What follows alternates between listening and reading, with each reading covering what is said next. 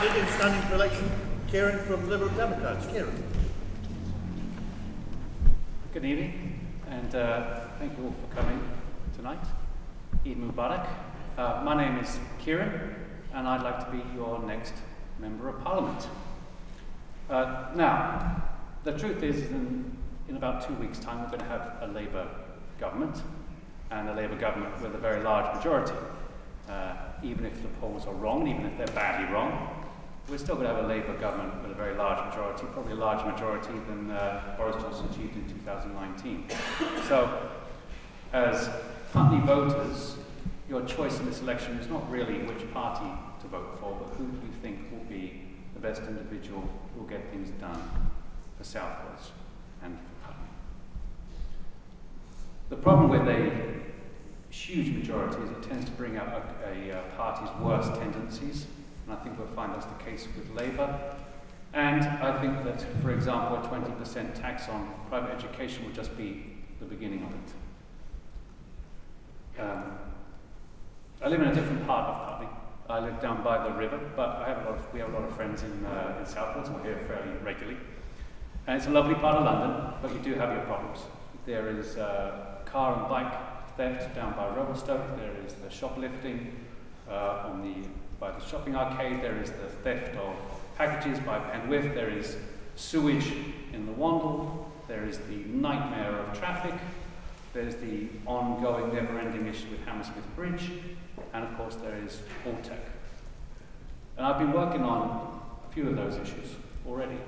I've started a charity called Save the High Street, which is focused on getting shops open in Putney. I've been working with Sarah Olney, MP, Richmond Park, a Lib Dem MP, to get that bridge open. And I've been to, I think, every Save Wimbledon Park meeting, including the protests at Merton and Wandsworth Council.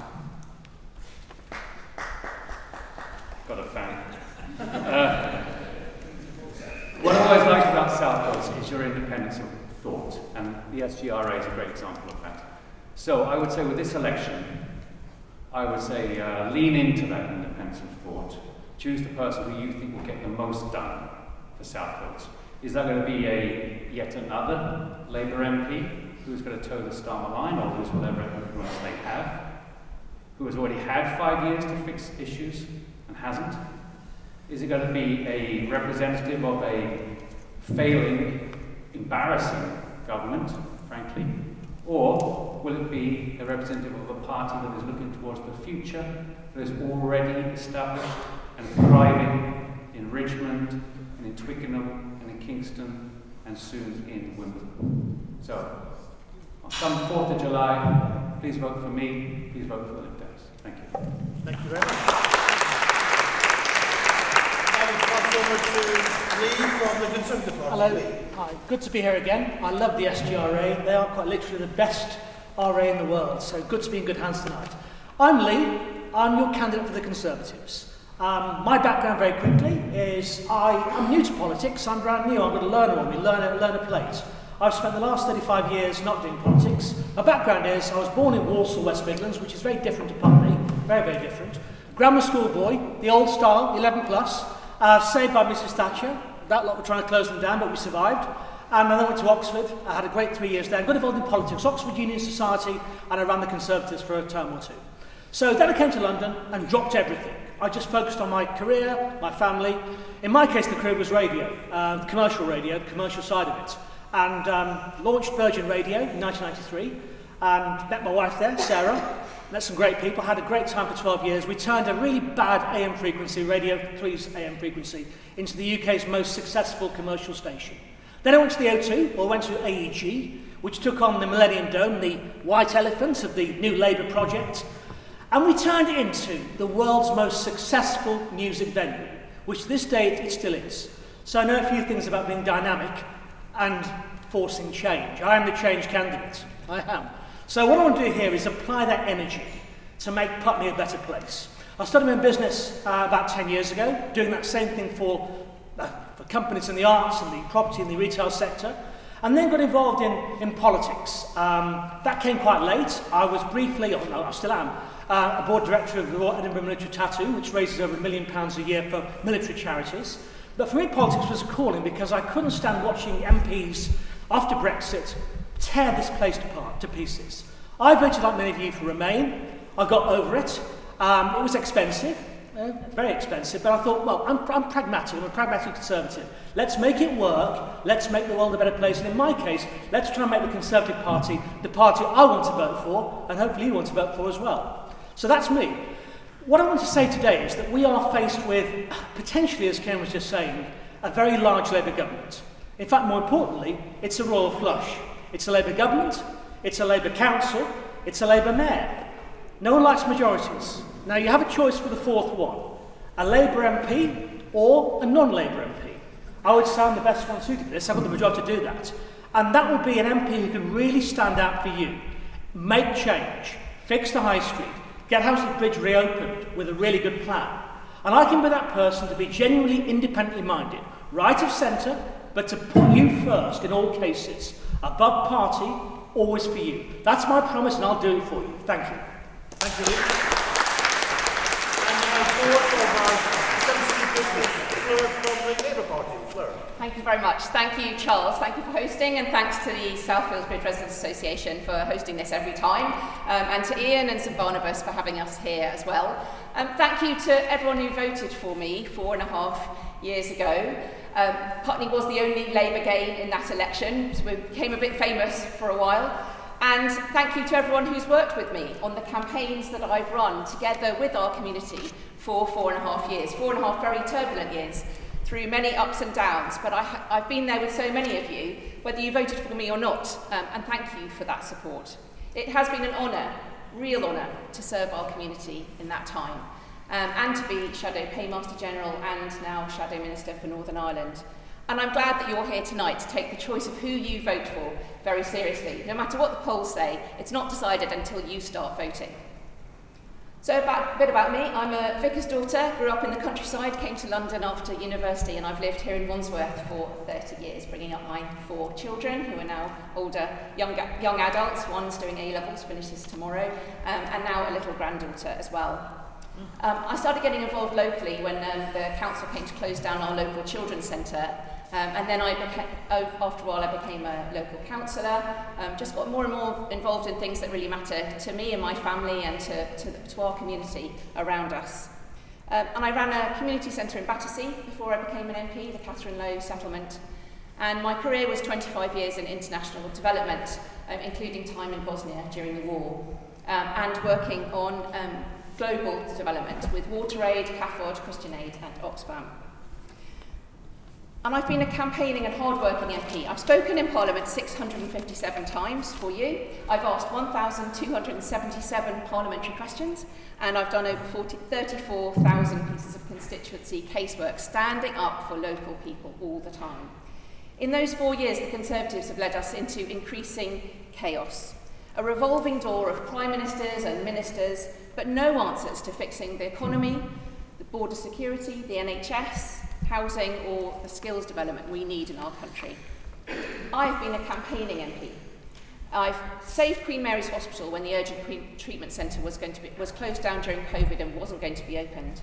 I've campaigned on cladding with many local residents, on saving the 14 and 74 bus routes, on the allotments on Granville Road. We took on the developer and we won.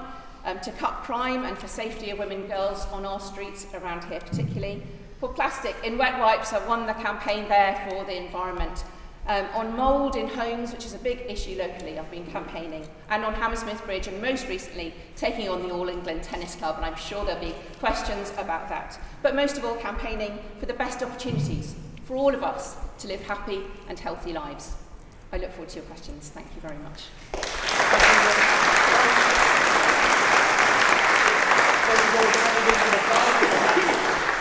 This is Heiko from the Workers' Party. Heiko, welcome to Southfield. My name's Heiko Khoo. Oh, stand back a little bit from the mic. Sorry, my name's Heiko Khoo. I'm born in London. My father's Chinese, my mother's German. I grew up in Worcester Park and went to college at 16 at South Thames College. There I became interested in politics. Margaret Thatcher had come to power, there was a threat of nuclear war, we organised protests from the South Thames College to go to Hyde Park, and then went to National Union students' meetings and stuff like that.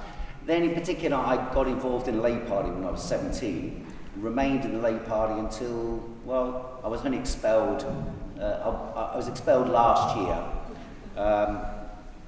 And in 2015 I supported Jeremy Corbyn. And I was quite close to his campaign. I produced his first campaign video. I produced his first campaign statement in Labour briefing. And I was fully in support of the idea of socialism and democracy. Because part of my family lived in China, part of my family lived in East Germany, I visited regularly before the Berlin Wall came down. I actually did underground work in East Germany, in East Berlin, over the period 1988 to 1990. And with the fall of the Berlin Wall, I moved to China, spent a bit of time in China. I did a master's degree in Chinese studies, a PhD in Chinese political economy in 2018. And I've been speaking at Speaker's Corner since 1985. A little bit about what I think. I think that we need to discuss what's happened to the world in the last 5 years. I think this has been the most catastrophic period in my lifetime. The lockdowns, the COVID hysteria, the accumulation of cash and capital by a tiny group of individuals controlling artificial intelligence, technology, big pharma, the banking system, has led to the most extreme inequality in the history of humanity. Hundreds of millions of people around the world have been driven to the point of hunger or starvation in the last 5 years. In Britain, millions and millions of people have had their living standards slashed and are living in great difficulty, even in the wealthiest boroughs in the country. And therefore, I believe that the beliefs in socialism that the Labour Party was originally set up to defend, and that Jeremy Corbyn attempted to defend, are valid and correct and should never have been abandoned. And by the way, Keir Starmer claims that he stood in the election for leader of the Labour Party and then changed his mind like 2 days later or 3 days later about the policies he promoted. He knew he would never have won on the policies that he now stands for, and he got elected and then moved on behalf of the Israel lobby to attack Jeremy Corbyn and then support Israel in this barbarity they're carrying out around the world today. There is nothing worse in modern times than the slaughter carried out in Gaza, and I will stand up against that, and I hope those of you who oppose that will vote for me. Thank you very much. The final candidate standing here tonight, who's here tonight, is our candidate, Fergal? The Green Party. Oh yes, I knew that. Welcome, Fergal. Am I good to go? Yeah. So, hi everybody, nice to see so many familiar faces from last time around, a bit of deja vu, here we are, another election. What's happened in the last 4 or 5 years? Well, pretty much the country has gone down the toilet. We're in a pretty bad state.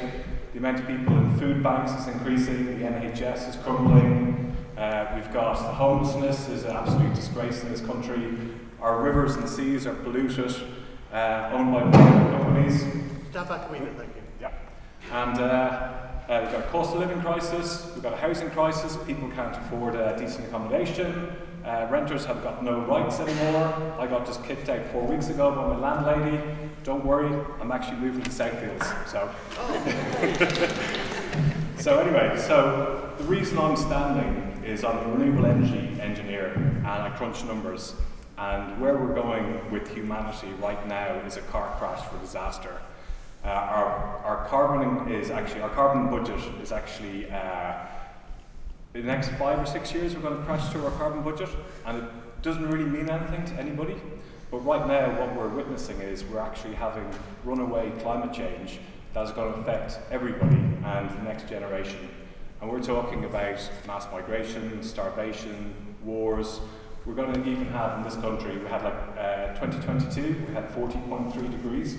That wasn't supposed to happen for another 40 years or so, and it happened in 2022. Then we've just seen, we've got a collapse of the AMOC. Not many people know what that is. They know what the Gulf Stream is, but the jet stream that controls our temperatures, that's changing. It's changing the weather pattern in the UK. we're not being able to grow crops anymore. So we're only seeing what it's like now, and this is 1.5 degrees. The scientists estimate that we're actually going to crash through our carbon budget within our lifetime, which means it's going to be an unlivable world pretty much for 3/4 of the world's population. Right? And we need to start preparing now. We need to start coming together as communities, governments, everybody here, and we need to actually put long-term plans into place. And on top of that, we need to actually sort out short-term. If we can't solve inequality now, there's no way we're going to be able to solve inequality in the future. And the climate crisis, the ecological crisis, the pollution crisis is going to affect everybody. And what I'm asking you today is to use your vote, because we're pretty sure that Fleur is going to get nominated again. And actually, thank you for, when I did contact her about the environment, she actually went and listened to me, so well, thank you for that. And I'm asking you to vote Green. The more people who vote Green, the more policies will get listened to. They're all based on science, and it's what's actually needed for a livable future. Thank you. Thank you, Kieran.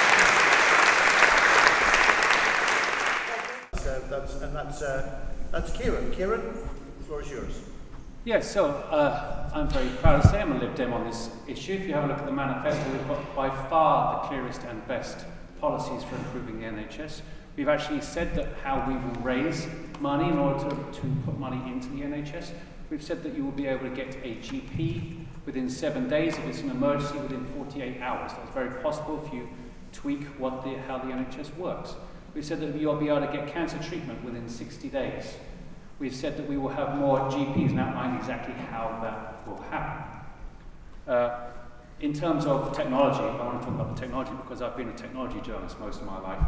So in terms of technology, there is a lot we can do in terms of technology. For example, booking GP appointments.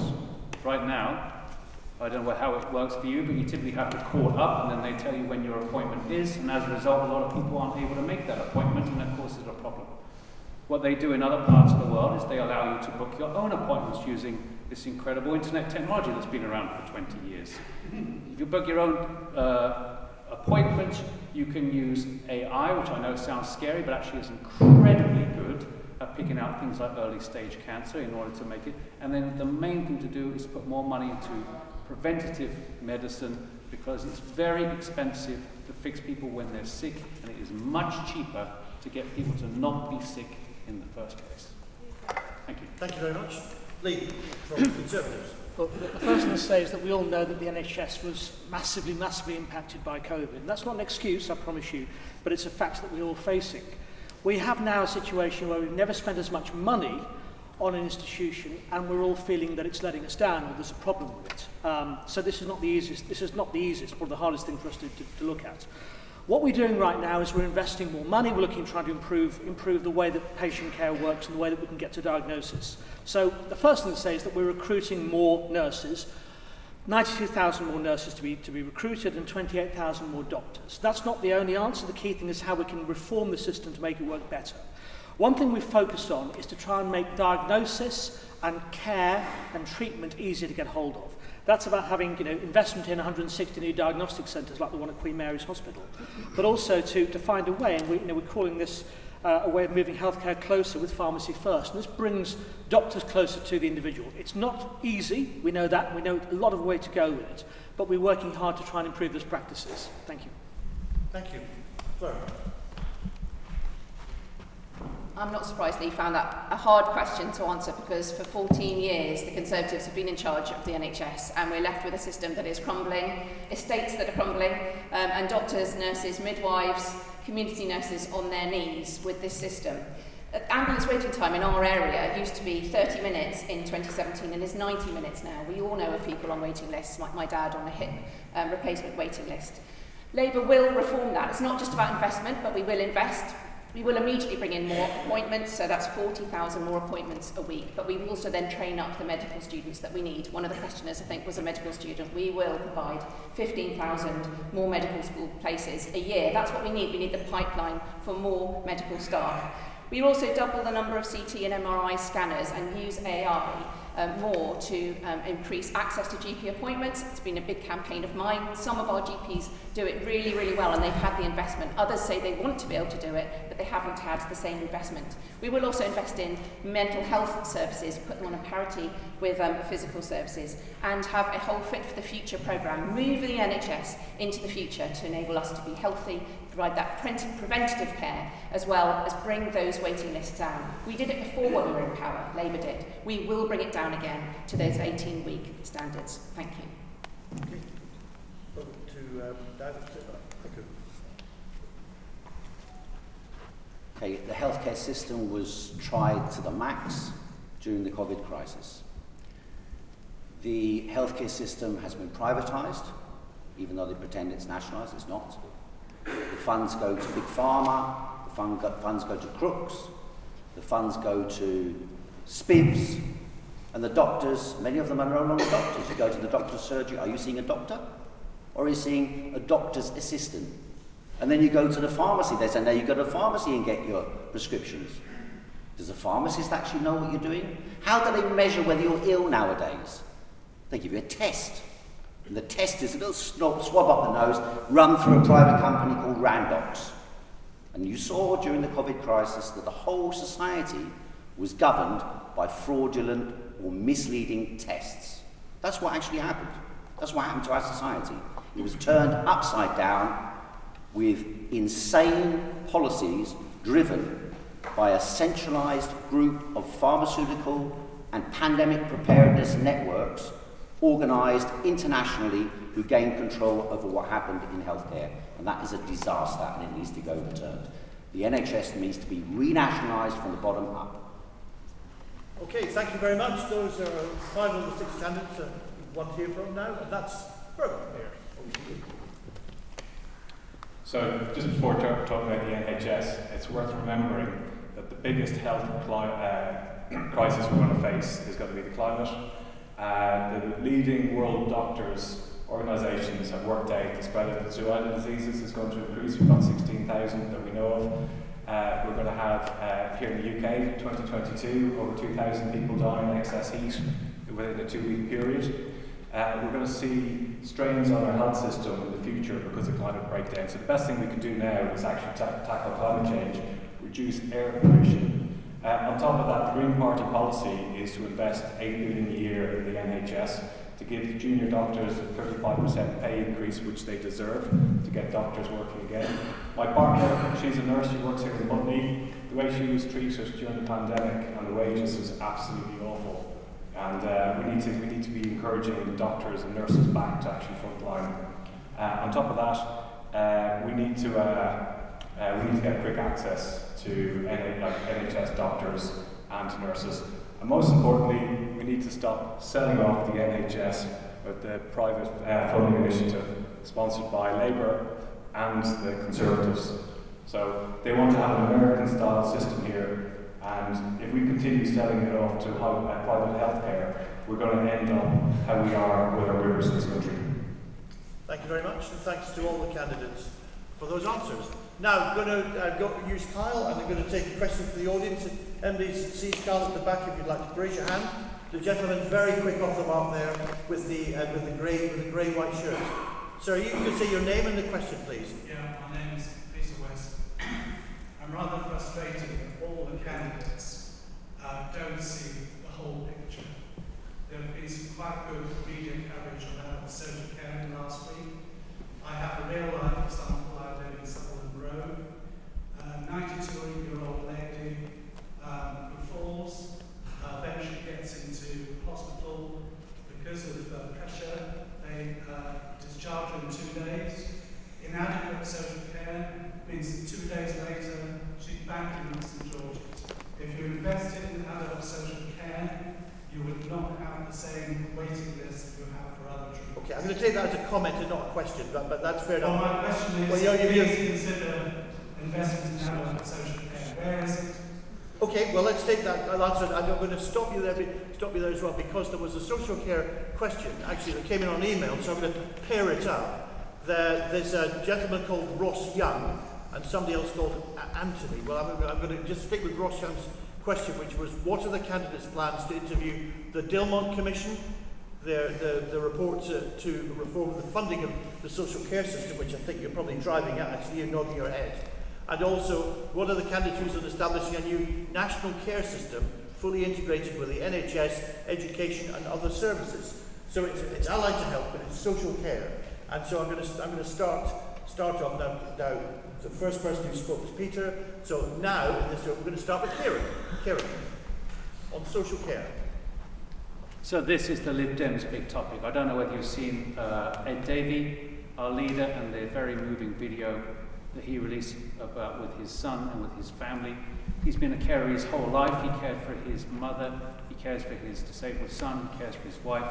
And as a result, we have some very strong care policies that make sense and will work, including increasing the wage of carers, including making sure that care becomes part of the system, including making sure that carers have the ability to take breaks, because anyone who is a carer will realise it is a full-time job. And so yes, social care and putting some money aside for social care is a key part of the Lib Dem manifesto, and our leader believes in it very strongly, as do I. Thank you. Thank you. Right, Kieran, and now we move on to Lee.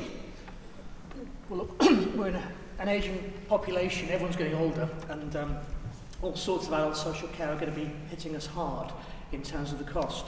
I mean, we are increasing our investment in this area by quite a lot, but I mean, there's a huge amount that's going to end up costing us, and it's a conversation we're going to think very carefully about, because it is going to impact on how we fund this, and how we have to think about the impact on our taxation.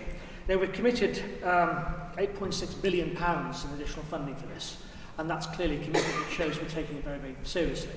But it has to be considered in the context of everything else, and we're going to end up with a very, very large state sector in terms of how we pay for these things. So yes, we're committed to it, yes, we'll do it, but there seems to be a never-ending requirement to spend more on this one, and it might, obviously, in time, require us to think about how we reform the system. Thank you. Okay, righto, and the next is Fleur. I'm sorry to hear about the care experience there, and that's too often the picture. So I'm really glad you've raised that question. It will be a question on many people's minds as well. Labour will bring in a national care service, and I'm not going to sit here and tell you all the details, because it needs to have deep reform and be developed in consensus across parties, but across the country, with health, the sector and the social care sector. I used to work in a community centre, and I used to run older people's programmes and projects and work in that gap between the NHS and then care at home, and that is a big gap where a lot of these issues are very problematic. The reform that Labour will bring in will be locally delivered, but have higher consistent standards across the country, because there is good care in some places but not in others. My daughter has worked in a care agency herself, and I've seen how much staff need to have better pay, better retention, so you have that consistent care for someone, and not have this gap between the time that she spent travelling, she wasn't paid for.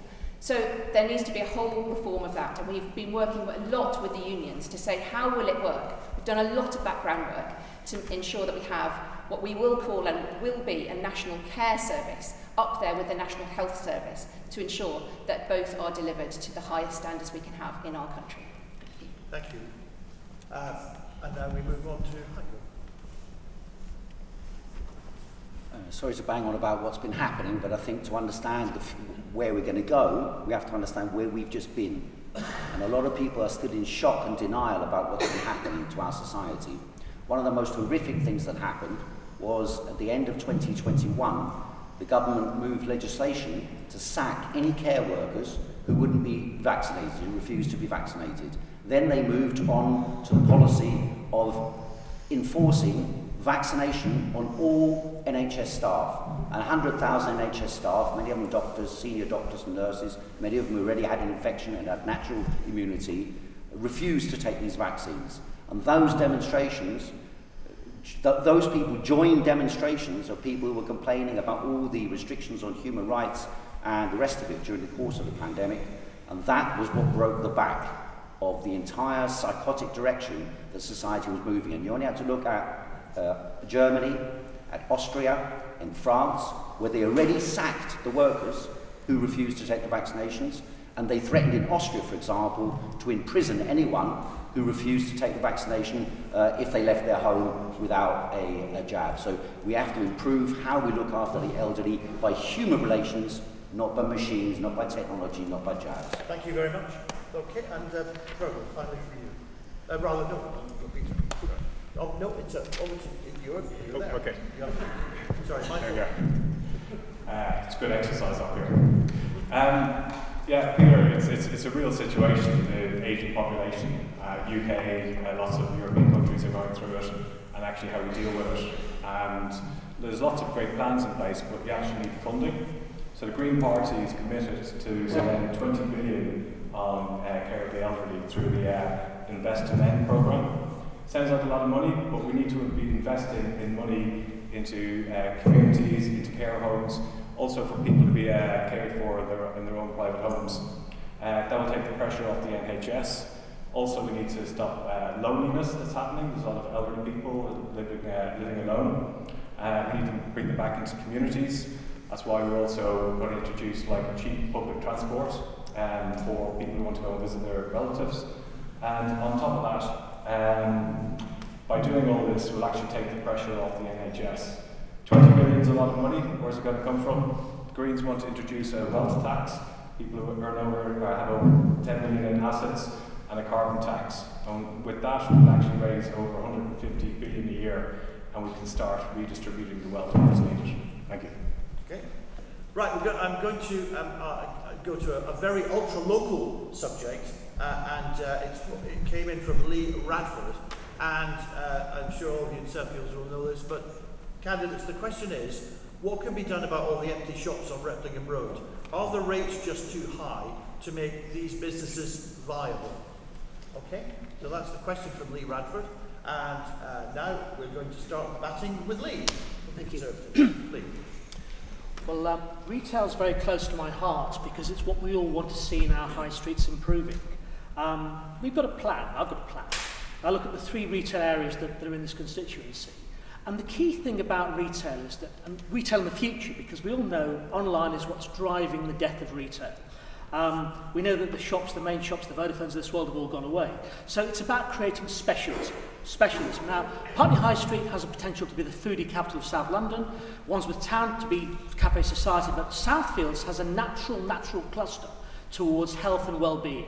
That's where we need to be going, that's where we need to be celebrating and bringing about some sort of festival, some sort of big idea magnet to drive people to think of Southfields when they think about health and well-being. Now, to answer the question, clearly we can't change the rents, we can put pressure on them, we can do some things locally, like getting free parking, as I've campaigned to do, and also to shame landlords to tidy up their fronts and look at ways of unlocking the potential for pop-ups. Pop-ups give us a sign of what can be done as an experiment for the future. Let's explore that, let's find new businesses to come and do that, and give us a new Southfields vibrant high street.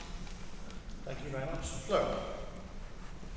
Thank you. I've been doing a lot with all the shops on Replingham Road. I've been on a walkabout with Charles and others. The Southfields Grid takes a keen interest in this as well, which is quite right and proper. We have a wonderful village feel in Southfields to the shops. We want to keep that range of independent shops that we all want to pop down and shop in. But at the moment, the problems are, lots of the landlords live abroad. They're in the Bahamas and other Caribbean islands, and they can't be got hold of and made to open up some of those premises that are closed or not being kept up.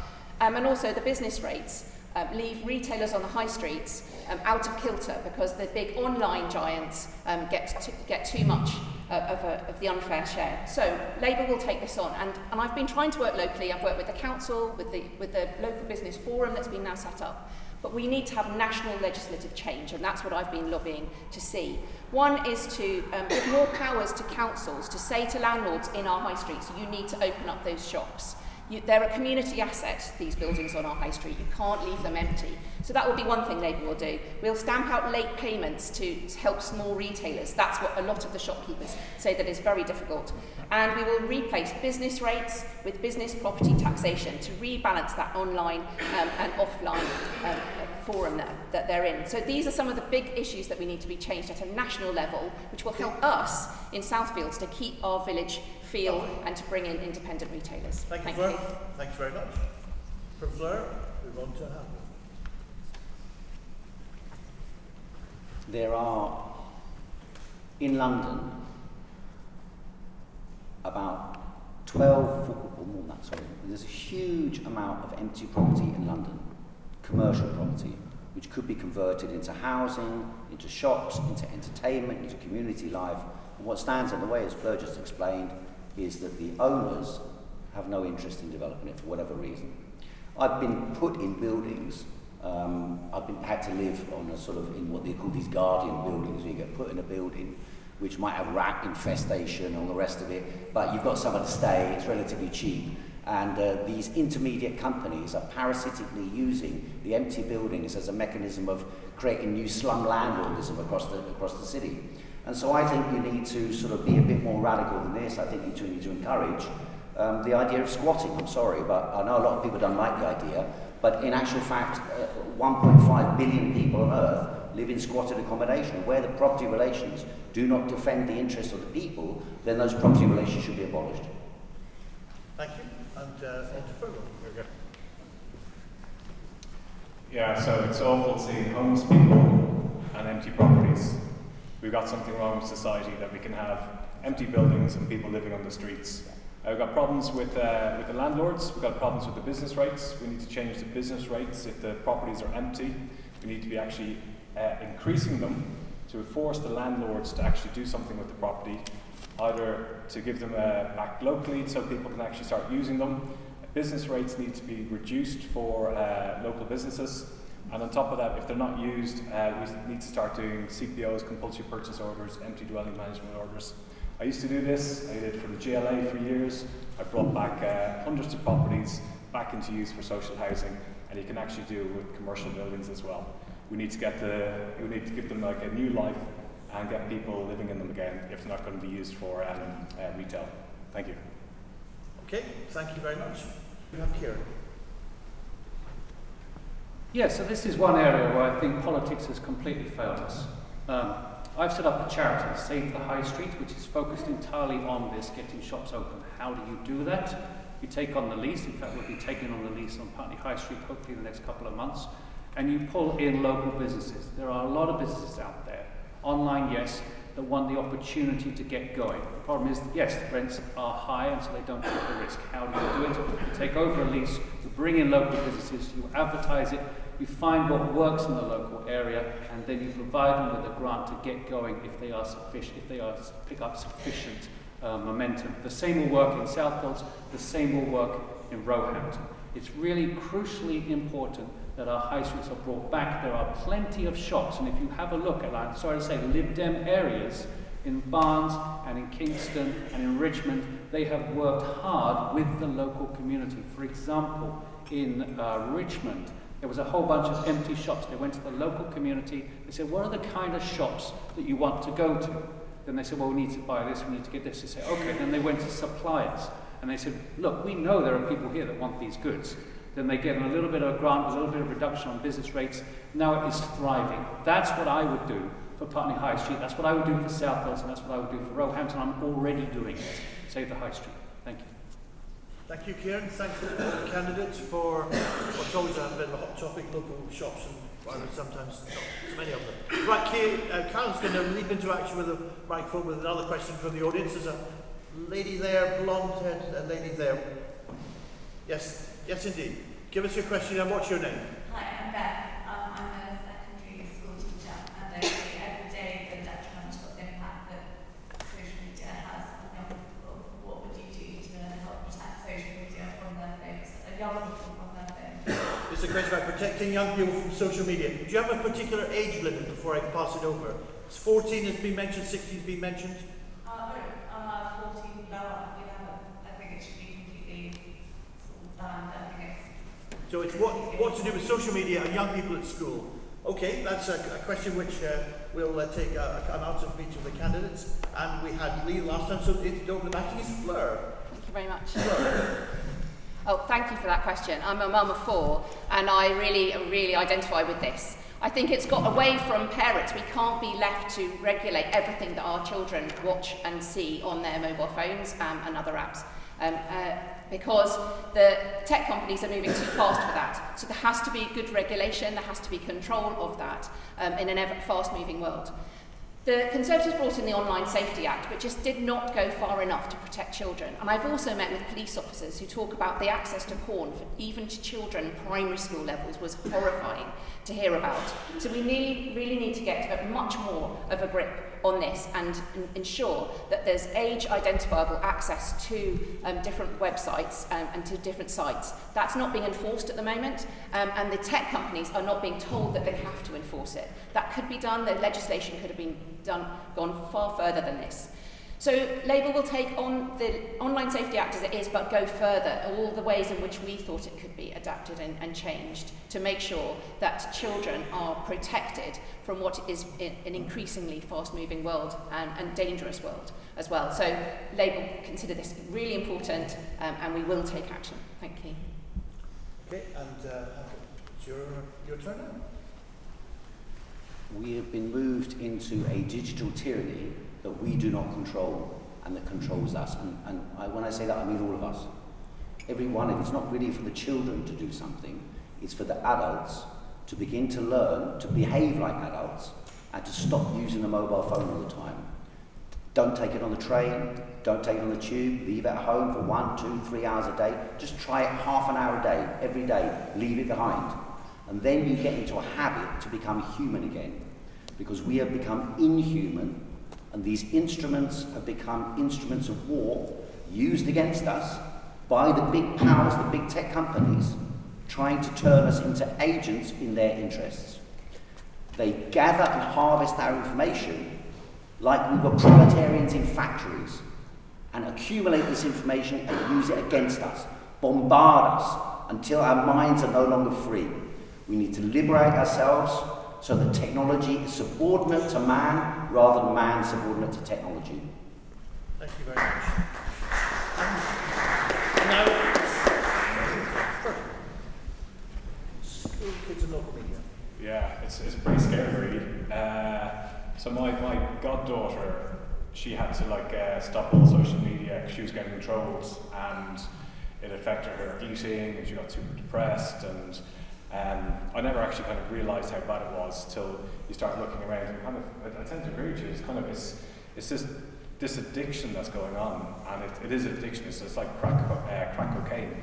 And my sister had a campaign in Ireland to ban mobile phones in her school, and they actually managed to do it. Everybody signed on except one parent, and they gave the child just an ordinary phone without a screen on it.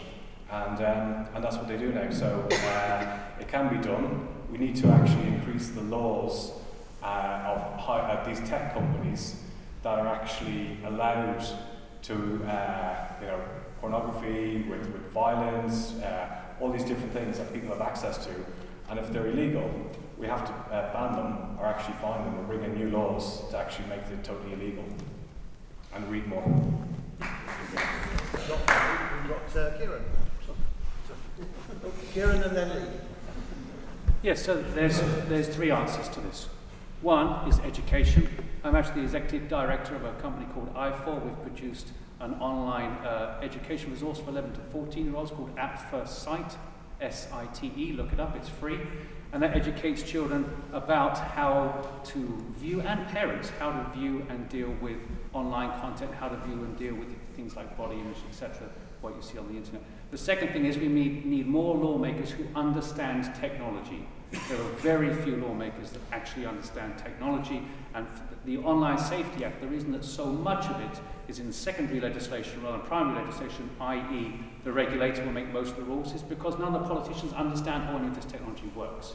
If they did, we'd be having high-quality debates in Parliament, and we would get to the solution much faster. As it is, Ofcom has to try and figure it out, and Ofcom is not the right group to do it. And the third thing to do, what is the third thing? I've gone blank. We need to you're going to tell me? The third thing is that we will get there. We're playing catch up with the technology. We will get there. I was just before the election was called, I was part of a group in which the government had asked to look at the issue of parental controls. How did I forget that? Because I lost the work because the election was called, and they cancelled it, but it would be picked up again after the election. There's new technology coming down the line. It is complicated to work with the internet, but we are getting there. We will have additional parental controls. We will have additional controls on the social media giants, digital giants. We will get there. It has been a bit of a crazy period of time, but in the next few years, it'll all be significantly better. Thank you. Thank you, Kieran. And finally, he's here now, is Lee. But the good news is we all agree. We all have on the same side about this one. It's gone too far. We're worried about our kids, etc., etc. The online safety bill was a start. We need to go further. One thing we're doing, and what I'm here, is that we are bringing in a ban of phones in schools, which is good. Generally speaking, it's what I call the Frankenstein's monster moment, which is what I'm trying to sort of really be involved in politics to try and achieve, is to look at those things that are affecting us, the really big things that are slowly with technology giving us those Frankenstein's monster moments. It could be COVID. It's a synthesized bat situation that got out of a lab in China. It could be how AI is getting out of control, and as Heiko was saying, controlling us and not us controlling it. So we need to be very, very careful and very measured, and also very cross-party in our view about this one, because this is more than just party politics. This is how technology is affecting us. We need to be very careful and work together in making sure that we get the right results for our children and ourselves. Thank you, and thank you to all the candidates. Right, and thank you very much for your question as well, a very topical one, I think, for a lot of people. Now I'm going to go to our emails, and this is another grid resident who's written in, and thank goodness, a very short, concise question. The question for the candidates: I would like the candidates to tell me how the party they represent will tackle homelessness, both locally and nationally, and I want to know how they propose to make changes to the current situation. Couldn't be more straightforward. The problem of homelessness, and to kick us off, is Heiko this time. It's to make an inventory of all the local buildings that are empty, offices and workplaces and shops and private residences, and requisition them. Then you need to provide, if you need to do temporary stuff. After the war, my mother lived in some temporary accommodation. They used to have these prefab buildings. It's not a problem to make buildings. It's the people scamming the whole thing at the top who control the building industry and want to keep the prices high and rip people off. That's basically what it is. Dramatic rent control imposition. When I was a student once, in 1982, I think it was, the guy from the council came and measured the room, said it's £10 a week. And that was it, measured the room, and that's the rent control. You need rent control, and you need housing officers to go around and impose housing and multi-occupational regulations on those landlords who are scamming society.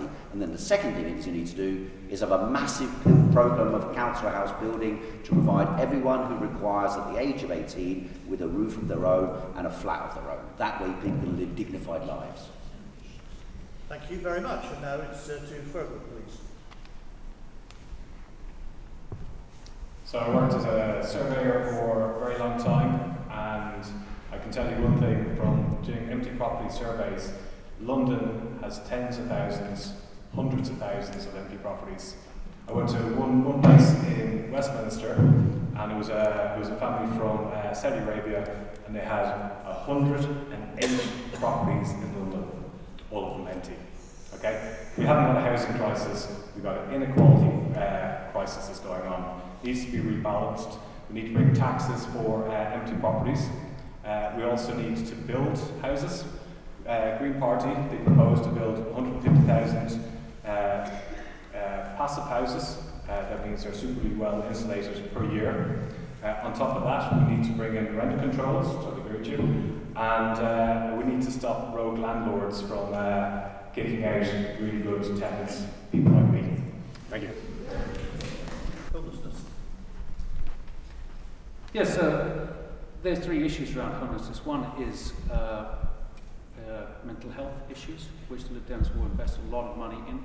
Another is a carer society, a gentler society that helps people not get into that position in the first place. And then third is the rather extensive housing program. I actually got it up on my phone because I thought I won't be able to remember all of the things that are in the manifesto. One is national target for building more social homes, 150,000 by the end of the first Parliament. Another is abolishing leaseholds for residential properties.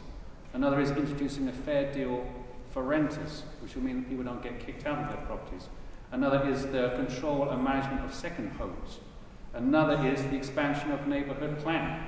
Another is the building 10 garden cities to reduce homelessness. So this is something that the Liberal Democrats have been focused on heavily, to have workable policies that will work, that they are funded and costed out. And if you want to know more, there is an entire webpage explaining exactly how it's got to be done. Thank you. Thank you, Kieran. We move on now to Lee. Lee. Well, as we've touched on here, I mean, both parties over the last 50 years have not built enough homes. We know that. So, I mean, now we are looking at this. We're proposing building 1.6 million, Labour 1.5 million homes over the next Parliament. This will go some of the way to helping, but it's not enough, I mean, clearly. Homelessness in terms of people who might be on the street is the worst possible situation to be in. And no party wants to have that. I mean, on a personal level, to me, there is no greater scandal than the loss, the waste of life and potential. It's very, very close to my heart that we have to make sure we have all policies are focused on the individual to be fully empowered and to find their full potential. I mean, for example, we know that many, many people on the streets are often veterans. So we have now a veterans bill which is coming forward, which is designed to encourage businesses to employ veterans, because that's a key way of taking one proportion of this. It's not perfect, it doesn't cover the whole spectrum, but it does take a much valued part of our community and give them hope and give them support in terms of having a way of having a living, and also with that having a home that comes from that. There's more to be done. There's charitable work, there's breaks for charities, but clearly we're all working on making this a better situation. Thank you, Lee. And finally, let's hear from Fleur. Thank you. To be honest, in many ways I'm very angry about the last 14 years and the wasted opportunity that has been under the Conservative government, and homelessness is one of those areas. By 2010, the Labour government had really succeeded in bringing down homelessness numbers very, very low. And there was so much more that could have been done, but the Conservative government decided not to carry on with that. And we've had a rising homelessness since then. So Labour will tackle homelessness, tackle the programmes and the reasons behind homelessness, as well as supporting those who are homeless into the projects and programmes they need and the homes. Maggie Thatcher's right to buy scheme was not accompanied with a statutory duty on the right to rebuild the homes to replace those houses lost, and that's why we've lost so many homes and so much social housing across our country. Labour will entirely reverse this. We will build 1.5 million new homes. The Conservatives are promising a similar number, as Lee said, but they've had 14 years to do that and they haven't. We will abolish Section 21, no-fault evictions, which are the cause of so much misery in our area. 290 Londoners have been evicted every week since Theresa May promised to do that back in 2019. Labour will. We will also work very hard on mould and cladding and that unsafe housing that people have as well. So it's ending homelessness and also ending that temporary accommodation that so many residents in our local area are living in. Thank you, Fleur. Thanks to everybody. An important subject, and thanks for your contributions. Now, Kyle's going to be working again. Let's very quickly over there, the gentleman there with his hand up with a white shirt. So Kyle will bring around. Think of a question, by the way. We'll, as you say, we'll be doing emails and then we'll be doing question floor. Yes. Try and make it as brief as you can. Hello. My name's Simon Wright. I work with the Save Wimbledon Park group. We're trying to prevent the All England Lawn Tennis Club from developing Wimbledon Park. Before I ask my question, I'd just like to invite all the candidates here to a picnic we're having on Sunday afternoon in Wimbledon Park, 2 o'clock. All welcome. Do come along. You'll all be most welcome. The question is, do you support the plans from the All England Lawn Tennis Club to develop Wimbledon Park? And the second question is, and what have you been doing to either support or object? Okay, so very local, very topical question. And to kick off the batting is Fergal. No. It's just an absolute disgrace what they're actually planning to build. You know, we're talking about 40, 50 trucks per day over like a 8-year period, ripping up what should be a public golf course, and under some clever way saying it's going to regenerate the area. What's going to bring? It's going to bring in traffic. It's going to bring pollution. Long term, I don't think it's going to be any real benefits. What have we done locally? I've met several people from, say, Wimbledon Park. I've discussed plans. I've actually objected to the plans. I've looked at the carbon emissions from the vehicles. Also, when you think about it, it's like, you know, do we actually need all these new tennis courts? Where who's actually going to go and watch it? I'm not, like, when Wimbledon comes around, nobody actually even really that interested in qualifying matches, right? And the fact that it's been supported by Merton Labour, you've got to question that. But it needs to be stopped. And it's got no right. The fact that we've actually got an ecological and climate emergency of building these concrete monstrosities. We should be saving our green spaces. Okay. Now over to Peter from Reform. Peter. Yes, so I suspect Joe to get universal agreement from everybody here that the Save Wimbledon Park campaign is a good campaign and these plans should not move forward as they are currently. I want to highlight two things. One is that these plans would already be in the dustbin if the Labour Party in Merton hadn't actually approved them, and if the Conservatives and Labour hadn't gotten in the way of a Lib Dem amendment which would have required them to look after that land. That's the first thing. The second thing is we're about to enter a new stage of this. It's going to go to government, and Ortec is about to unleash a very impressive PR campaign. And they're probably going to win because they do, after all, run the Wimbledon tennis tournament. They have enormous resources and they have friends in very high places. Now, I've been a journalist most of my life. I've taken on a few big organizations. I've won about half, lost about half. And if you vote for me, I will make sure that you are in a much stronger position to win that battle. Be prepared for what is coming when it comes, and we'll make sure that we do actually save Wimbledon Park. Thank you. Okay. Thank you. And now Khoo, Wimbledon Park. Well, as Kieran was saying, this is something that everybody largely is in agreement with in terms of opposing it. We're all against. This is one of debate where everyone's on the same side, apart from a couple of individuals. We know that Merton Labour approved this. We know that the Mayor was initially supportive of it, which is a concern to me, a very big concern. At this stage, pretty much everyone here is against it. That's fine, and that's good. That's how it should be. We've all done our bit. We've all put in submission. I certainly put my objections to it online. But I'm concerned that once the election's over, the Mayor can approve it. There's no leverage that we have to stop that. That's my biggest worry of it. I've said from the start, I mean, you, Fleur, are in a position to influence the Mayor. You're close to him. What can be done to stop this? I mean, without being indiscreet, we had some very robust conversations with our mayoral candidate. And I won't say any more, but we were very strongly minded to push her to object to it. And when she couldn't give that objection, we didn't back her. So we are very, very transactional about this. We're against it. We'll work very hard behind the scenes, very hard, very transactional against it. This has to stop, and I will fully support all the objections to stop it. Thank you very much. Fleur. I thought this question would come up because it's such an important issue for our area, and it's a massive contrick by the All England to tell us that we've got this green space, this wonderful new park that we won't have access to all year. This permissive access is shocking. It will be a car park for 1,000 cars for 2 months of the year.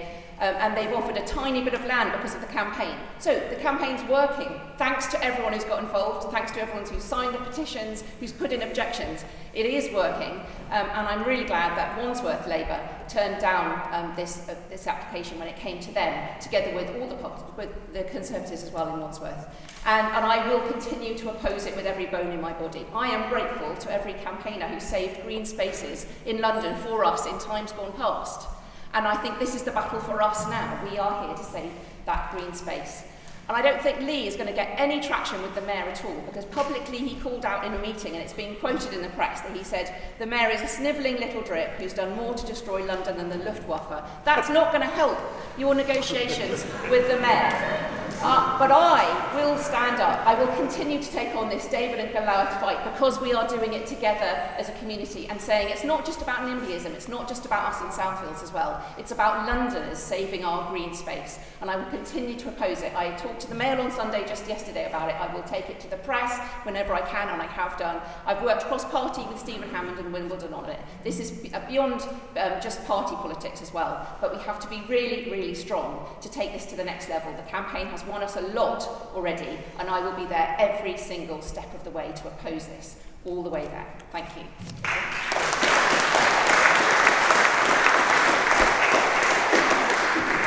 I've been involved in lots of campaigns. I'm not familiar with this campaign apart from what I've read superficially, so I'm not going to say I know everything about it. But when you're campaigning, you need to mobilise the maximum number of people, the maximum amount of strength within the community. An MP can only be a face to that.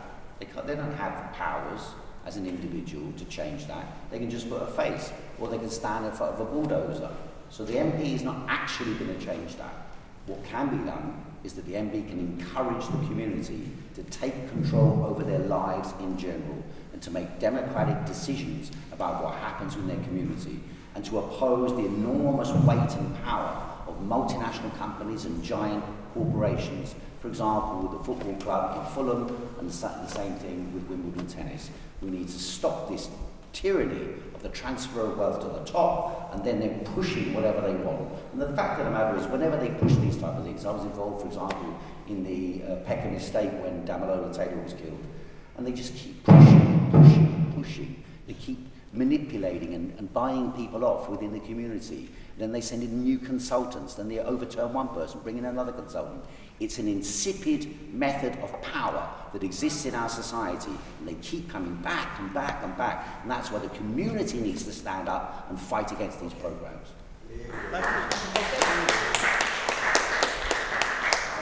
Yep, there was a consensus that was going to come up, so it was on my list, but thank you very much indeed for you to do it. Now, Kyle has a person at the back. I can see some hair. All right, here we are. Yes, sir, your question. Hello, I'm Lias Kawadi, and I'm a scientist at the college and I live in Putney. You live in Putney, yes, good, fine. So thank you for organizing this beautiful church. I just want to say, how does it take for any mother to drive or to go from here to the maternity to give birth? It's not only, I mean, it's just a general question. And when you answer, was that your question? Just a second. And when you answer this question for yourself, I just want to have, do you have any idea how many Palestinian mothers have died on checkpoints? I mean, when they I'm trying to get your question. Sorry, it's a question. I absolutely want to hear your question, but we need to hear it. Sorry, if you don't mind. So when you answer, how many Palestinian mothers died of miscarriage at humiliating Israeli checkpoints? That one I want to ask for every individual. And also, is Fleur Anderson ashamed for abstaining for calling for ceasefire? Yeah. Okay. Well, I got the gist of it. I think the candidates all heard it. I'm going to. It's about. I presume it's about the Palestinian question, about the Fleur Anderson, and also about the. I'm not going to answer a quiz question about how many, but anyway, what we'll do is we'll open the floor for candidates to say something. Kieran, please. Yes, so this is the big topic of the moment, especially with Eid right now. I know there'll be Muslims all over the world thinking about what's going on in Gaza, what's going on in Palestine. I will point out that the Liberal Democrats, not for the first time, were on the right side of this, and they were on the right side of this very quickly. Called for a ceasefire, not a humanitarian pause, but a ceasefire very quickly. And I don't know whether you heard Layla Moran talking about this and how her family was trapped in Gaza and how she approached it. She approached it from a position of love and trying to avoid as much pain as possible. I will fault Fleur on this. She did have an opportunity to do the right thing as your representative for Putney. She did have the opportunity to vote with her conscience, and she chose not to. She chose to defend her political career and abstain. So I Well said, well said. But yes, there needs to be an immediate ceasefire. We all know that. We all know this is appalling, and I would say the Liberal Democrats, yet again on this, have been the right political party. Thanks. Thank you, Kieran. Right, over to the Conservatives. This is one of those issues where Labour and Conservative are very similar in the view that we take. I suppose the difference is that we don't have to do damage limitation, which is what Labour are having to do at the moment. Look, like many of us here, our first sympathies were, going back a bit, probably more towards Israel because it was a democracy like ours. But as obviously we felt the horror of October the 7th, it was horrific. And we could say our own situations there played out if we were in that country. However, and this is where Hamas were quite clever, they were able to create a situation where they goaded Israel into behaving abominably.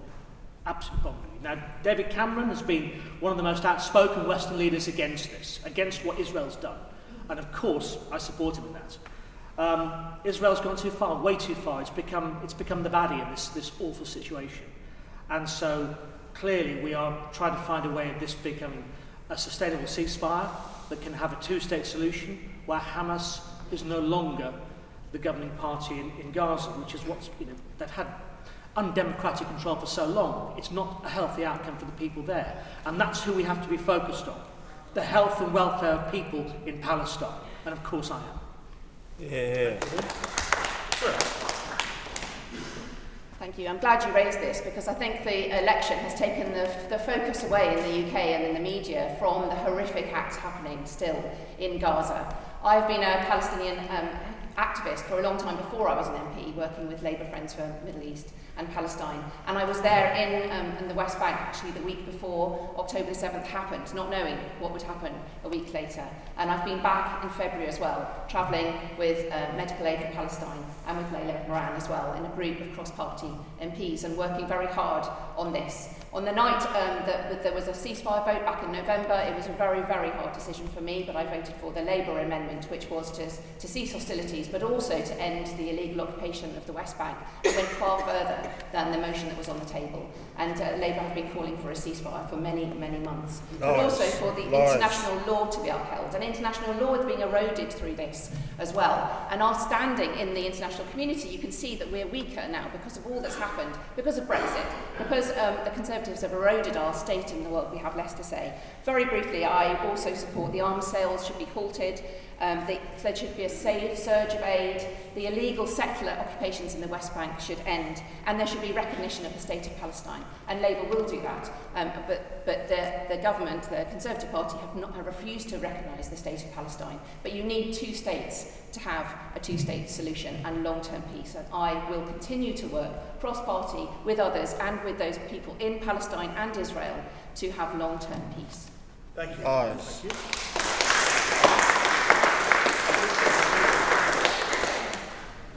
In the 1980s, I worked with people fighting against apartheid. South Africans would come to London, we'd take them round to visit on demonstrations and events. And Nelson Mandela said that Israel is an apartheid state. And in many ways, it's worse than South Africa, because the South African apartheid state needed the cheap labour, whereas Israel does not require the cheap labour. So they've basically created concentration camps, open concentration camps, and now they're bombing the people there and slaughtering them. And when October the 7th happened, it wasn't out of the blue. This has come right back to the Nakba in 1947. The Israelis have been occupying land, seizing land, driving the people out, slaughtering them, imprisoning them, mistreating them, and barbarically treating them as unequals. And there is no, in my opinion, there is no two-state solution. There is one state solution, and that is that the Palestinians and Israelis, or the Palestinians and the Jews, live as equals with each other. As equals with each other. Without the dictatorship of Netanyahu and the Zionist monsters, who not only control Israel, but they have enormous influence in Britain, particularly in the Labour Party. Particularly in the Labour Party. That's why Corbyn must move.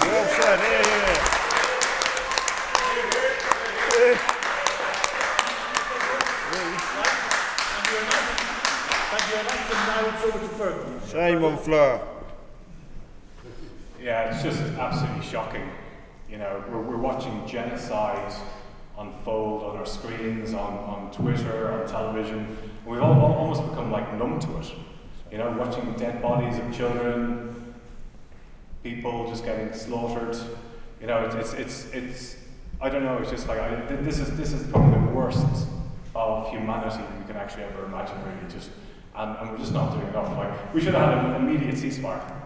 Greens called for immediate ceasefire. Boycott. We need to boycott Israel. What's going on with the Israeli government? We're still selling arms to Israel. How is that possible? Shame on them. Do you know what I mean? It's how on earth can we be manufacturing weapons in this country and sending it to a country where the president is now up for crimes of genocide? So, do you know what I mean? So we just say immediate ceasefire, and it's I don't know what the solution is. Like it's you know, we just need to stop the war. Okay.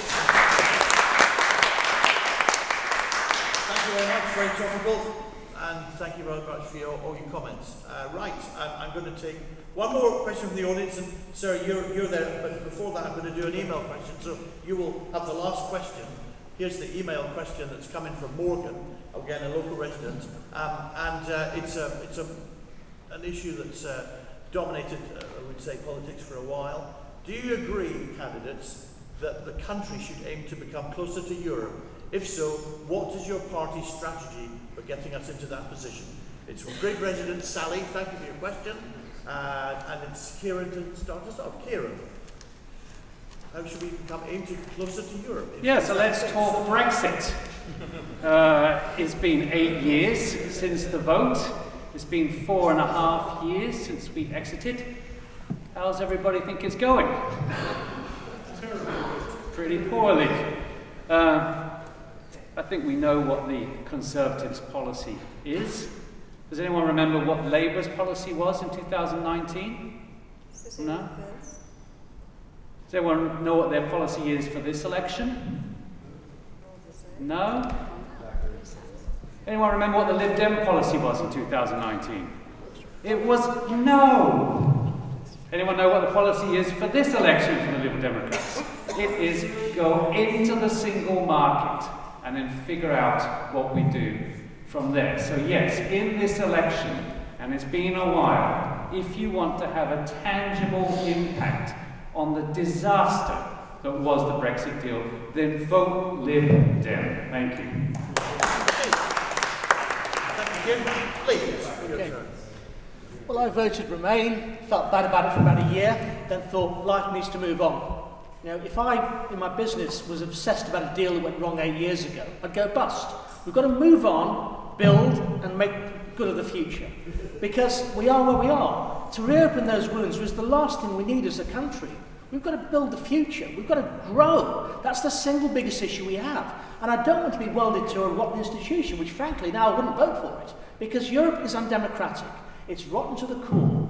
We should certainly trade with Europe. They're our closest partners, absolutely. But let's not find ourselves drifting back into a union. That's the last thing we want. So please know, we're here to trade with the world, including Europe, and to make our country better, not go over old wounds. Please.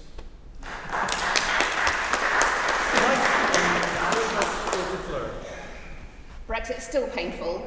In my maiden speech, I called it a monumental act of national self-harm, which I think it was. We can see that many of the things that we need to have in to maintain our rights, our environmental laws have been eroded because we're not in Europe. Our trading relationships have been eroded. Children are not going on school trips to have that international outlook that we need to have. So Labour will have a reset moment with Europe. And I've also seen this on the front line as well. I'm the Shadow Northern Ireland Minister. We're still wrangling about how on earth we can make that work. The Conservatives didn't think about it at all when they went for the referendum. They should have planned out the whole thing and whether we could even have that referendum and leave. We found actually it's proving impossible. It's really detrimental for our country. So, reset moment. Already Keir Starmer and David Lammy and other shadow ministers have been out to Europe, re-engaging, making those relationships, not saying ideologically we will have nothing to do with Europe or anything with Europe in the title, but we will reset One big area is about security, so we will work far more, we will have cross-border security and restore that. Another is students being able to travel, and another is, as I said, about school trips. We need to work towards maintaining international connections with Europe, and that's what Labour will do. Thank you. Thank you very much. And now, your turn. So I believe in the unity of the people, of the working people and the poor of the world. And I opposed Brexit. I voted in favour of Remain. But once the vote had been taken, I accepted that vote, and I believe that you should move on. Now, moving on doesn't mean you don't attempt to make alliances with people, but those alliances should be city to city, trade union to trade union, workplace to workplace, to facilitate the greatest interchange and intercommunication between people, not only in Europe, but around the world. I think children at school should be taught Chinese. I think people should make exchanges around the entire planet, and that we should begin to forge from below connections between the people. Just the same as we're talking about connections here, about Wimbledon, or connections here about protecting the interests of a football club, or protecting the interests of the community, so that same solidarity can exist on a worldwide scale. And therefore, I don't believe that the institutions of Europe are serving the European people. I don't believe the German government and its power base is serving the German or the French people. And we've just seen that in the election right now. We've just seen that. So the same problems exist in Europe as exist here. And we have to unite the people from below. Thank you. And now, thank you.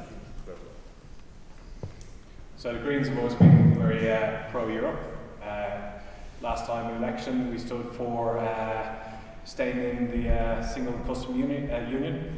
Probably the only country in the world that's actually voted to make ourselves poorer, less well off, to bring in meats and foods that are like substandard, and to allow our rivers and seas to get polluted. So it's a bizarre scenario. So the Greens' manifesto is to rejoin the customs union and to allow freedom of movement again. And we need to have a long-term think about this as well, because what we got with the ecological and climate breakdown, the UK only produces about half its fresh food, everything else is imported. So the problems we're going to have in the future, we need to be working together economically and for the planet and for our next generation. And they should have the right to actually be able to travel around Europe, the same that we had. And also with these parties here, the misinformation that they gave about Brexit, right? We need to have another referendum based on the truth, and we can do it. We can have an election every 5 years. We can have another referendum on Brexit. Thank you.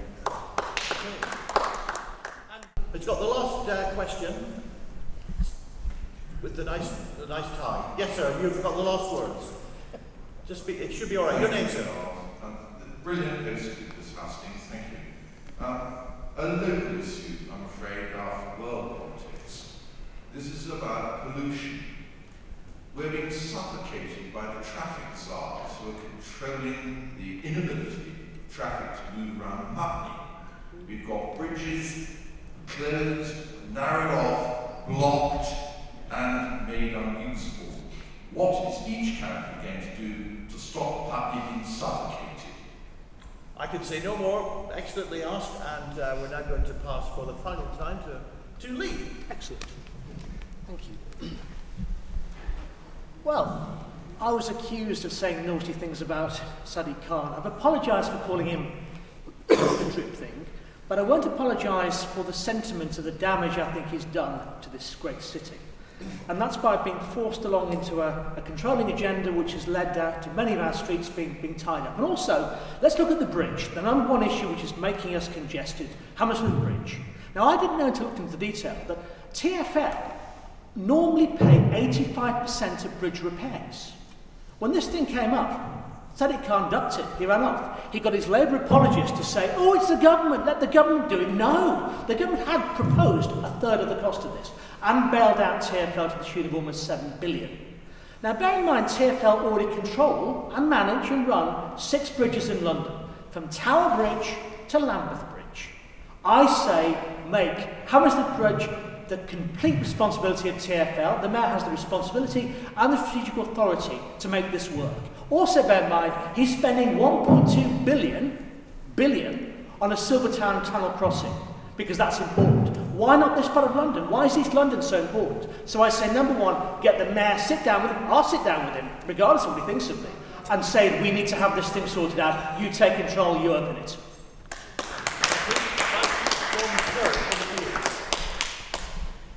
Hammersmith Bridge is one major part of the gridlock that we see in Putney. Anyone trying to go through Putney any day of the week will see exactly this. I agree, it's a major issue. So on Hammersmith Bridge, it's a uniquely expensive bridge because it's a heritage bridge that was built before Suspension Bridge. It was a prototype. It cost 60 and then 120 million to repair it, refurbish it when it was first closed. If the government had done the right thing and stepped in and said this is a large amount of money, it's more than the local council, Hammersmith and Fulham Council's budget for the year, of course it's a government issue. Of course it's a national transport route. It's an embarrassment internationally that it's remained closed. It's being covered in the New York Times. So the government should have stepped in then, and in the 5 years it's been closed, there's been a task force that's had literally no task, no action. I've had protest days in Putney, in London, I've held debates. I've taken this constantly to the government to say the impact that it's having on us here in Putney is intolerable. But will the government do anything? No. They've sat on a business plan delivered by the council since December 2022, and now it will cost £250 million. You cannot leave this to the council or to TfL. It will bankrupt them to do it. The government has to step in and take the action that's been left to it. I will continue to campaign relentlessly on this. When the Speaker sees me in the House of Commons, he says, have they built your bridge yet? Because I've raised it so many times in Parliament, and yet the Tories have had the last 5 years to sort this out, and they haven't. Okay. It's time for a change. Thank you.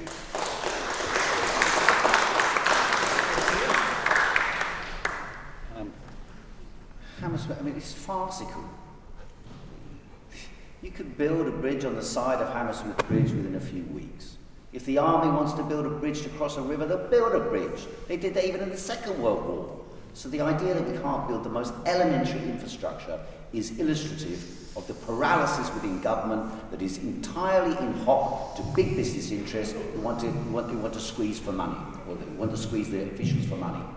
As far as the traffic is concerned, remove the restrictions on the speed on traffic to 30 miles an hour from 20 miles an hour. This is insane. The whole city, I go in second gear in my car, all around the city. And then you get across this road, it's not just Putney Bridge, you go from Putney Bridge to Hammersmith, it's gridlocked all the way. Because they put cycle lanes that are unnecessary in that area. There are plenty of back streets you can go along. Cycle lanes along there, and you've got to go 20 miles an hour. It's insanity. And therefore what's happened is that the whole city has been governed by, this is where we're going to disagree, by a greenwashing lobby utilising a campaign against cars and petrol cars and diesel cars, which can easily fit catalytic converters, in order to promote new industries where they're making billions and billions out of it, like electric cars and so on.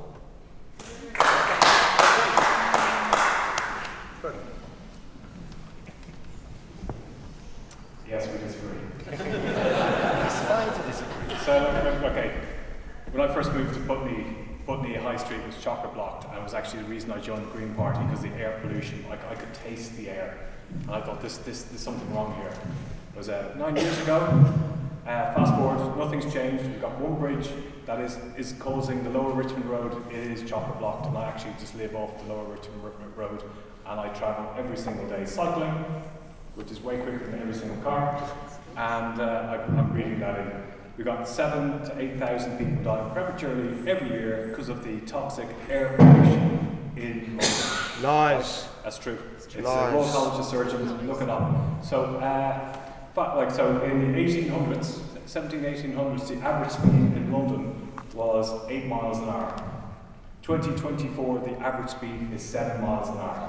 Let's look at the problem. The problem is we've got too many cars on the road for a very small city, crammed city, right? We need cheap, reliable public transport that's safe for everybody. Get people out of the cars, get people cycling, people get healthy, get rid of this toxic air, and then we can get the city moving again. Thank you. Thank you. Yes, so I'm sorry I started off slow. I'm beginning to get a bit fired up about this. Lee is wrong. Totally wrong. 85%. You're talking about Chelsea Bridge and you're talking about the paint. You're not talking about maintenance at all. That's rubbish. Central government has always paid 90 to 95% of those bridges, and that's just a fact. You're wrong. Okay? You're wrong. Just deal with it. Fleur, you're also wrong. You're raising it all the time. No, you're not. I dug it out. You raised it 9 times in 2021, 5 times in 2022, 4 times in 2023, and once this year. So it's not, you've given up. You've given up. It's ridiculous. You're also wrong. It's actually faster to walk than it is to cycle on Lower Richmond Road, and I've got a video proving it. I literally was walking, I live on Lower Richmond Road as well. I'm walking along. Now, this is insane. I got off the bus, I walked, I filmed it, I went faster than every single car. That's how bad it is. I had a meeting today with a bunch of women in their 80s, and they said, what are you going to do about Hammersmith Bridge? I said, look, this is the only thing that's going to happen. We have to have people living in Putney, we're the ones dealing with it. We have to have us protesting. Will you protest? And they all said, in their 80s, yes, you get us out there, we're going to protest. I said, right, let's do it, and let's get the damn bridge open. So that, you vote for me, I will get that bridge open within a year. That's my promise. Do it. Let's open it. Right. Okay, I'm very glad to say that if you want to continue that discussion and you're interested, Putney are holding Hustings tomorrow at St Mary's Church near Putney Bridge. So you can hear it all over again. In fact, Jonathan from Putney Society. Putney Society is here to find out how to not do, or even to do a hustings. So anyway, tomorrow night, I don't know what time, but probably around the 7:30 mark. Anyway, I'm glad to say we've had 9 questions, which is not a probably a record breaker, but thank you all very much to those here and those on email for all your questions. Really good, really interesting questions, and thank you for asking them. So now we go to the third part of the husting.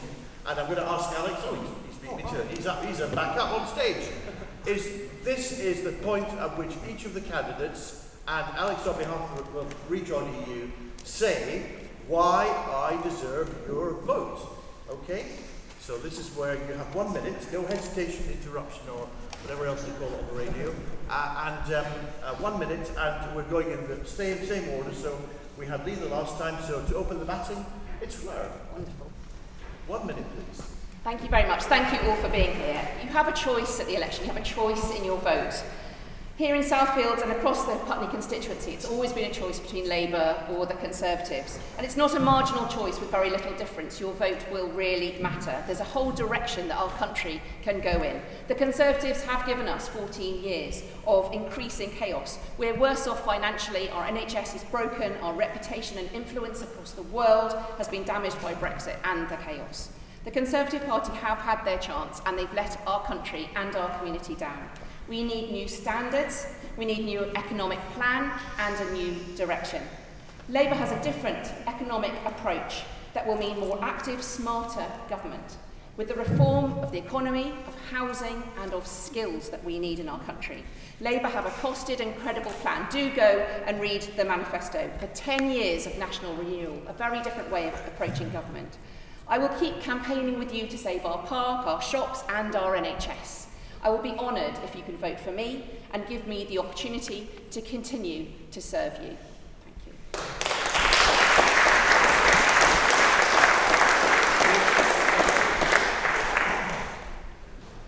So, when this campaign started, I was faced with the task of suddenly trying to participate in an election. I never stood for election for Parliament before, and then encountered all the problems. One of the problems was that we weren't able to get rooms. There were a couple of hustings organised, but otherwise we weren't able to. So I got together with some other people and managed to, by hook or by crook, to book rooms over the next 2 weeks. So this was an enormously difficult thing to do, because basically the services, the facilities have been, at most schools, the renting out of facilities has been privatised. And therefore you've got to go in circles and sort of book in the room and then turn around to them afterwards and say, oh, actually, it's for election, we're allowed to get it for free. And that's the only way you're going to get these rooms. And so we have got now these elections, you might have seen the leaflet here for the elections debates, to facilitate democratic debate like we're having tonight is what I'm standing for. And I wouldn't just stop that come election day. I would mobilise democratic debate about all issues throughout the period I was in office. Thank you very much.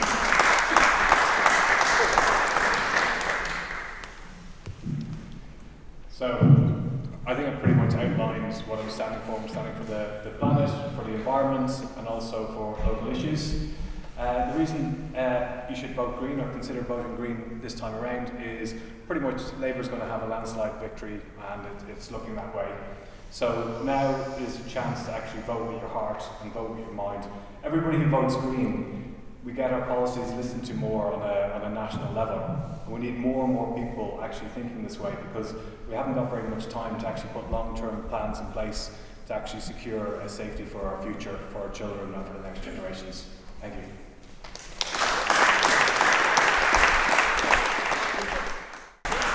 And now we have Kieran.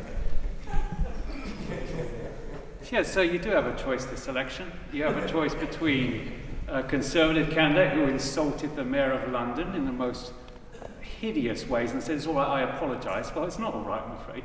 It's not all right at all. You can choose a Labour MP who stands by Gaza and then abstains on the vote about whether to have a ceasefire. You know, you can have someone who's had 5 years to open the bridge, who's had 5 years to fix the high street and has failed to do so. Or you can vote for a party that has principled stances, just like Justine Greening did, incidentally. When the no-deal Brexit, she stood up for what she believed in, I'll stand up for what I believe in. You should vote Lib Dem, and I'll tell you why. Because we're already thriving and established in Richmond and in Twickenham and in Kingston, and we'll also be in Wimbledon, and you should put us here in Putney as well, so you don't have to deal with the hypocrisy of the other parties, and we'll fight hard for Putney. Thank you. Oh, bless him, Kieran. Liberal Party, the party that gave us David Lloyd George that stole peerages. Jeremy Thorpe, the only party to be tried for conspiracy to murder. Cyril Smith, Paddy Panstone, Mark Oaten, Nick Clegg, remember the U-turn and stuff? This party was in rehab for 9 years because they could not handle 5 years of government with us. This is a joke party. No, this is what it's really all about. You've got a choice. The choice is backing a Labour apologist who will back the Mayor all the way, always be a yes woman for Keir to get back in Cabinet when she was demoted last year. She'll do anything to that. I will never chase ministerial appointments. I'm here for you, I promise you. I will apply all my energy, all my creativity, all my commercial experience for Putney. I promise you that. I will put Putney above my own party, and I'll fight for you all the way. Thank you. Thank you, Lee. And finally, we drew number 7 in the ballot, so he has number 7 to speak, which is Alex Kerr on behalf of Rejoin EU. So Felix has said that he will work to improve housing and increase the amount of housing in the area. He said that he will do everything in his power to get that bridge open, and he's also said he does not want that course to be turned into anything other than a park. So, damage of Brexit, £3,400, that's not me saying it, it's the Labour Party that's been saying that. That's from Sadiq Khan's own commission. £3,400 out of everyone's pocket, right here in London. £2,000 out of everyone's pocket for the rest of the UK. You tell us to move on. Moving on, yeah, everyone's looking towards the EU. 75% poll came out yesterday saying we want back in. So you can't go against democracy. 500 billion to fix the damage of Brexit, to get us back on that 5% GDP track that we've lost. That's 500 billion that the Labour Party want to spend. That means your taxes will be going up. There's no way of getting around that, and that's just to get back to where we started. Seems like a roundabout way when really we should be looking forward to the EU, especially when you've got global issues such as climate change, social media issues. Mark Zuckerberg didn't come here, he went to the EU, he ignored us. That's how little power we have in diplomacy when it comes to dealing with social media. The only other thing I'd say is Russian interference. These three parties aren't talking about it. Liberal Democrats brought it up, but that was in part down to me. I can talk to you about that at some other point. I would say vote for Rejoin, because we're the party that will actually fix a lot of the problems around here, or at least get us back on track and won't cost you your taxes and 500 billion and £3,400 in taxes. Thank you very much. Thank you. Thank you. Right, on that note, I'd like to say thank you. A few more things to say before we close. First of all, I'd like to say let's give a round of applause to all our candidates who are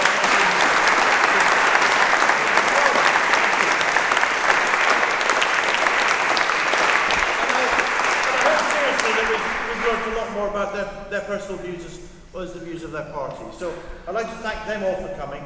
I'd like to thank everybody from the SGRA for helping out, Margaret, Ian, Anne, Kyle, Clive and everybody else, because they've been great. A lot goes on behind the scenes to make these things happen. The Putney Hustings is tomorrow, and you were talking about some more other things. There are leaflets at the back. A reminder to the audience, I was saying, writing to myself, you must have an ID to vote in the election on July the 4th. Please don't forget that. Applications for a postal vote, if you're interested, go to gov.uk by 5 p.m. on Wednesday the 19th of June, or contact the Town Hall. There's no excuse for not voting. It's a democratic right. We talked about D-Day last week. People died so that we could continue to do these things. Just to say that there's going to be refreshments at the back if you wish to stay on. I hope that most, if not all of the candidates will be able to stay. If you want to pick up on any issues that you didn't feel were satisfactorily answered, you'd like to find out a bit more, I'm sure they'll be happy to hear from you. And finally, for me, thanks to you. You know, we can't do it without an audience, so thank you for coming. And I'm going to ask the Reverend Ian Tatham, our vicar, to formally close the Hustings. Ian, yeah, I'm sure you'd like to say a few words.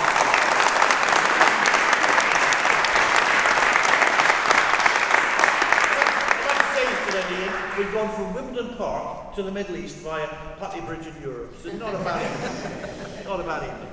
Not a very good sat-nav, is it? It's like, thank you, because one of the things I think I particularly benefited from was we had the gamut of political opinion in the country, all in the same space, all disagreeing, but also making their points. And I think we've got the same reflection with the questions. They were serious questions, and I thought, bearing in mind the context, we got actually serious answers, which can obviously be taken further. And certainly, we talk about the damage of social media putting people into their bubbles. This was actually a chance to actually hear people who we probably wouldn't necessarily always hear. So I think that was also a great benefit. So thank you to everybody, and do stay around. And brilliant. Thank you very much for sharing that.